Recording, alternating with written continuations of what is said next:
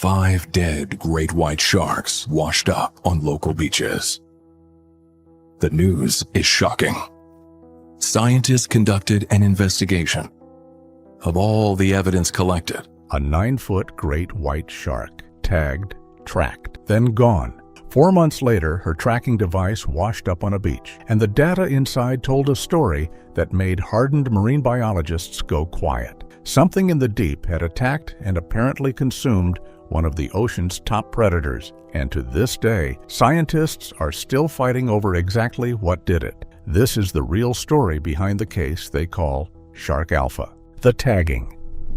Let's set the scene first, because the details here matter more than the internet ever gave them credit for. And honestly, most retellings of this story skip right past them. In November of 2003, off the coast of southwestern Australia, a team of researchers caught, tagged, and released a healthy 9-foot female great white shark. This wasn't some rushed amateur operation. It was part of a legitimate scientific tracking program, the kind used all over the world to understand how apex predators like great whites move, hunt, and migrate across open ocean. Filmmaker Dave Riggs had been brought on specifically to document the tagging project, and the shark he was filming that day would later be nicknamed Alpha, a name that would go on to mean something very different once her story became public. The tag itself wasn't just a tracking dot on a map. It was designed to continuously record depth and ambient temperature over time, storing that data internally, before eventually detaching on its own, floating to the surface, and transmitting whatever it had collected back to researchers. This kind of tag is standard equipment in shark research. Scientists rely on it precisely because it lets them follow an animal's behavior for months without needing a boat trailing behind it the entire time. For those first several months, nothing about Alpha's movements raised a single red flag. She swam the way great whites swim. Nothing about her tracked behavior suggested she was sick, injured, or acting outside the norm for her species.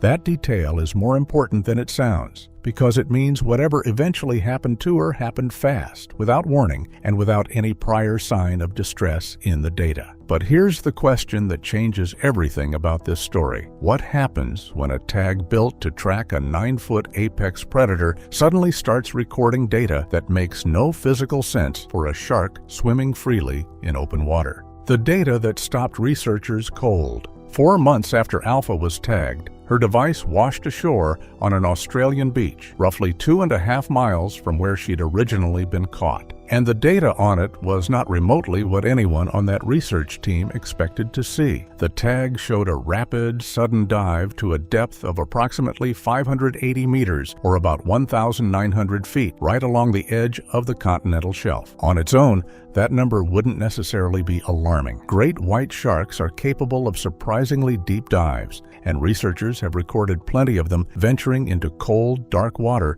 far below where most people picture them hunting. But it's what happened immediately after that dive that turned a routine data recovery into a full-blown scientific mystery. Right after the drop in depth, the ambient temperature recorded by the tag spiked from around 8 degrees Celsius, roughly 46 degrees Fahrenheit, all the way up to 26 degrees Celsius, about 78 degrees Fahrenheit. Sit with that for a second. That is not a gradual warming. That is not the kind of shift you'd expect from a shark simply swimming into a warmer current. That is a temperature you find inside a living body, not floating freely in open ocean. When Riggs first laid eyes on those numbers, he didn't downplay his reaction for the cameras. He described the data as leaving him absolutely blown away, and admitted the question circling everyone's mind at that moment was the exact same one running through yours right now. What did that? So if it wasn't the ocean itself suddenly getting warmer around the tag, what does a temperature reading like that actually prove, scientifically speaking? Why the temperature spike mattered so much? Here's where we strip away the sensational headlines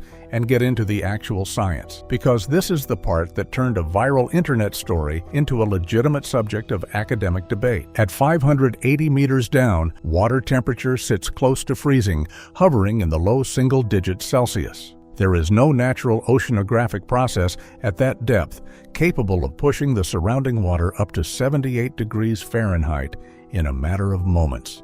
Every marine scientist who has reviewed this case agrees on that much, whether they lean toward the shark theory or the orca theory. The only realistic explanation is that the tag was no longer sitting in open water at all. It was inside the digestive tract of another animal. That part isn't speculation dressed up as fact for the sake of a dramatic YouTube title. That element of the case is about as close to settled as marine biology gets on a mystery like this one. The tag recorded a rapid descent, followed by an abrupt, sustained temperature spike consistent with a living body cavity, and it held that elevated temperature for an extended period before eventually being released back into open water and drifting to shore. The disagreement, the part that actually turned this into a genuine scientific back and forth rather than an open and shut case, is over exactly what kind of animal produced that reading. And that's where things get messy, because two very different apex predators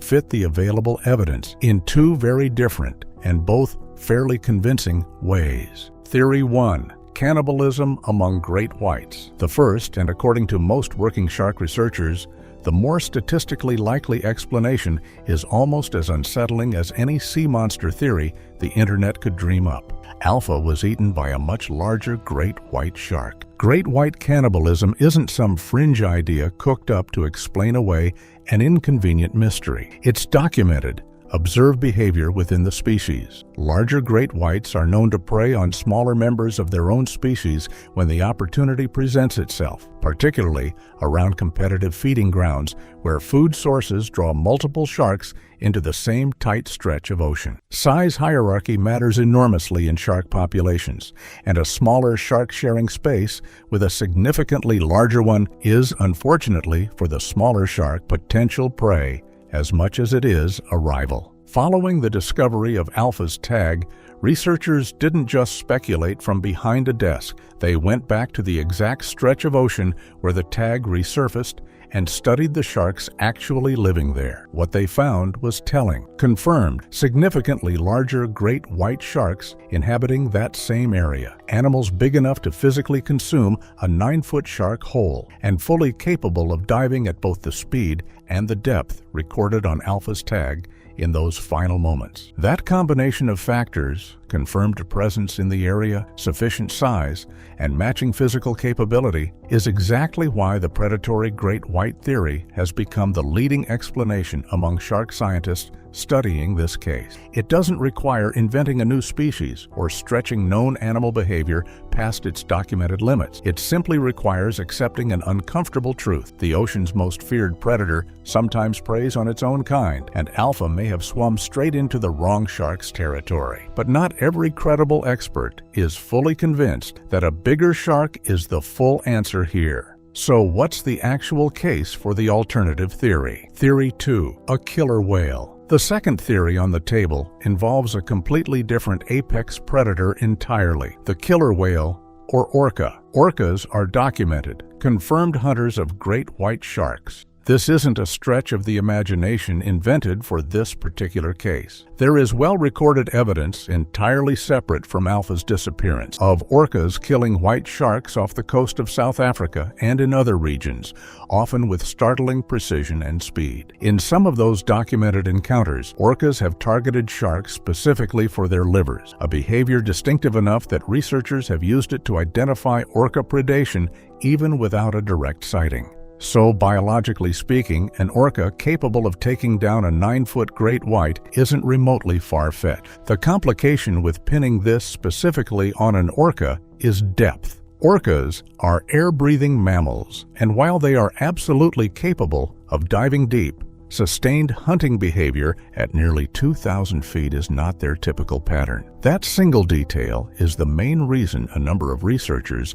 lean away from the orca explanation and toward the larger shark theory instead. But marine scientist Cameron Braun, who has spent years personally tagging and tracking sharks in these same waters, has pushed back on dismissing the orca theory outright, and his argument is worth actually understanding rather than skipping past. His reasoning centers on the temperature data itself. An orca that had just fed would likely have a stomach containing both freshly swallowed prey and a mouthful of near-freezing seawater, sitting alongside a warm, air-breathing mammalian body. That combination, Braun argues, could plausibly produce a temperature reading similar to what Alpha's tag recorded, without requiring the predator to maintain the exact same internal body heat as another shark for the entire recorded window. In other words, the orca theory isn't some fringe idea kept alive by wishful thinking. It's a live, credible scientific argument between two legitimate explanations, not a battle between real science on one side and internet fantasy on the other. So, with two entirely plausible, well-documented predators on the table, why did the headlines around the world insist this was something far stranger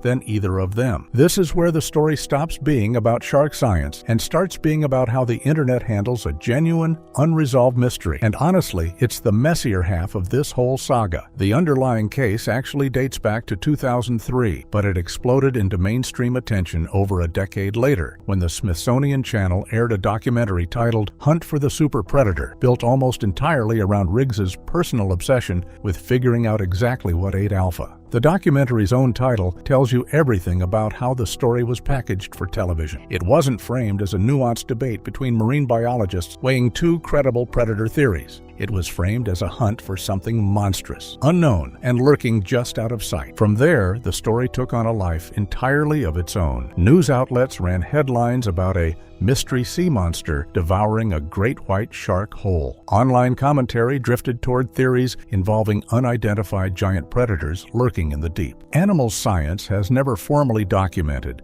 the kind of speculation that has nothing to do with the actual data recorded on that tag. It's exactly the kind of narrative that spreads fast across social media, because unknown ocean monster swallows apex predator is a far more shareable headline than larger member of an already well-documented species probably ate a smaller one. But here's the uncomfortable question worth asking anyone who fell for that version of the story. Does a genuinely unresolved data point always mean science has no explanation at all? Or does it sometimes just mean the real explanation wasn't dramatic enough to trend? What shark experts actually said. When journalists eventually went looking for comment from working marine biologists, not documentary narrators chasing a ratings-friendly angle, the responses they got back were noticeably more grounded than the headline suggested. Dean Grubbs, a shark researcher at Florida State University's Coastal and Marine Laboratory, was blunt when asked directly about the super predator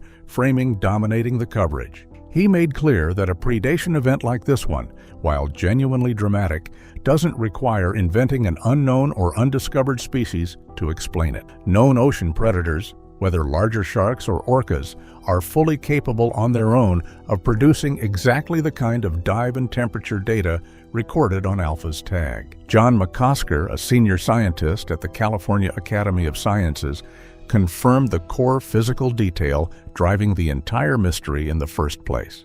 The tag was recording a temperature roughly 30 degrees warmer than the water surrounding it, a gap only explainable by the tag physically sitting inside a living animal's body cavity rather than free-floating water. Notice what's conspicuously missing from either of those expert statements: any suggestion whatsoever of an undiscovered creature, a prehistoric survivor, or any predator existing outside known marine biology. The actual scientific consensus, once you strip away the documentary marketing and the viral headlines built to grab clicks, has consistently pointed toward two specific, well-documented, entirely identifiable predators, and nothing stranger than that. So, if the mystery was genuinely never about an unknown monster lurking in the abyss, what does this case actually teach us about the ocean, and about how stories like this spread in the first place?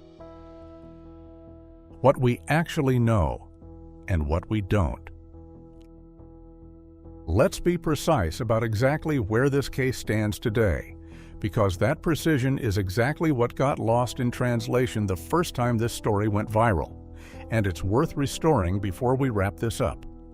Confirmed by the recovered data, a healthy, tagged, 9-foot female great white shark, tracked off southwestern Australia starting in November 2003, underwent a rapid, sudden dive to roughly 580 meters, followed by a sharp, sustained temperature spike entirely consistent with the tag ending up inside a living animal's digestive system. The tag was later recovered, washed up on a beach several miles from the original tagging site. and no physical trace of Alpha herself was ever recovered or sighted again. One detail makes Alpha's disappearance even more remarkable. Researchers weren't watching the attack happen in real time. They were reconstructing it afterward from a tiny electronic record left behind by the shark. In a case where there was no witness, no body, and no predator caught in the act, that data became their only real clue. Genuinely unresolved even now. Exactly which predator did it? The leading theory among shark researchers remains a larger great white shark, based on the confirmed presence of sizable great whites documented in those same waters, animals fully capable of the exact dive profile recorded on Alpha's tag. The leading alternative theory remains an orca, based on well-documented orca predation on great white sharks elsewhere in the world, plus a scientifically plausible explanation for the temperature reading involving a mix of cold-ingested seawater alongside a warm, air-breathing body. What was never actually supported by any of the recovered evidence, any suggestion of an undiscovered species, a mythical predator, or a creature existing entirely outside known marine biology. That part of the story, the part that made it go viral in the first place, was documentary framing and internet speculation, not science. That distinction matters because the real story here was never about a monster in the deep. It's about something almost more unsettling in its own quiet way. Even the ocean's most feared predator can become prey in a matter of seconds to something bigger, faster, or simply better positioned in the food chain at exactly the wrong moment. Before we wrap this up, it's worth asking why researchers still care about a single tagging incident from more than 2 decades ago, instead of writing it off as an old, unsolved curiosity. Tagging programs like the one that tracked Alpha exist for a much bigger reason than producing viral internet stories. Marine scientists rely on satellite and archival tags precisely because so much of white shark behavior remains poorly understood, especially their deep water movements far from the coastline where most human observation happens. Researchers studying tagged white sharks in Australian and New Zealand waters have documented dives ranging from the surface all the way down past 600 meters, with recorded temperatures spanning nearly 8 degrees Celsius to almost 29 degrees Celsius across a shark's normal range of movement. That baseline data is exactly what made Alpha's tag reading stand out as abnormal in the first place. Without years of comparison data from healthy, actively swimming sharks, researchers wouldn't have been able to say with confidence that a reading of 26 degrees Celsius at 580 meters was physically impossible for open water. In other words, Alpha's case only became identifiable as a predation event because of the broader body of shark tracking research surrounding it. That's the part almost never mentioned in the viral retellings. This wasn't a lone, unexplainable anomaly floating in isolation. It was one data point that stood out precisely because scientists had already built a solid understanding of what normal looked like. It's also a reminder of how much competition and danger exists even at the very top of the ocean's food chain. Great white sharks are routinely described, correctly, as apex predators with no natural threats. But apex status doesn't mean invincible. And it doesn't mean safe from members of your own species or from orcas working together with coordinated, learned hunting behavior. Alpha's disappearance is a rare, data-backed glimpse into exactly how brutal and immediate that competition can be, captured almost by accident by a piece of scientific equipment that was only ever meant to record depth and temperature. At the end of the day, Alpha's case isn't proof of some undiscovered horror lurking in the deep, no matter how many headlines tried to sell it that way. It's proof of something almost more unsettling, that even the ocean's most feared predator can become prey in seconds, to something bigger, faster, or simply better positioned in the food chain. If this one had you hooked, Make sure you're subscribed because the ocean has plenty more stories like this one waiting to surface. Drop a comment telling us which theory you believe, bigger shark or orca, and we'll see you in the next video.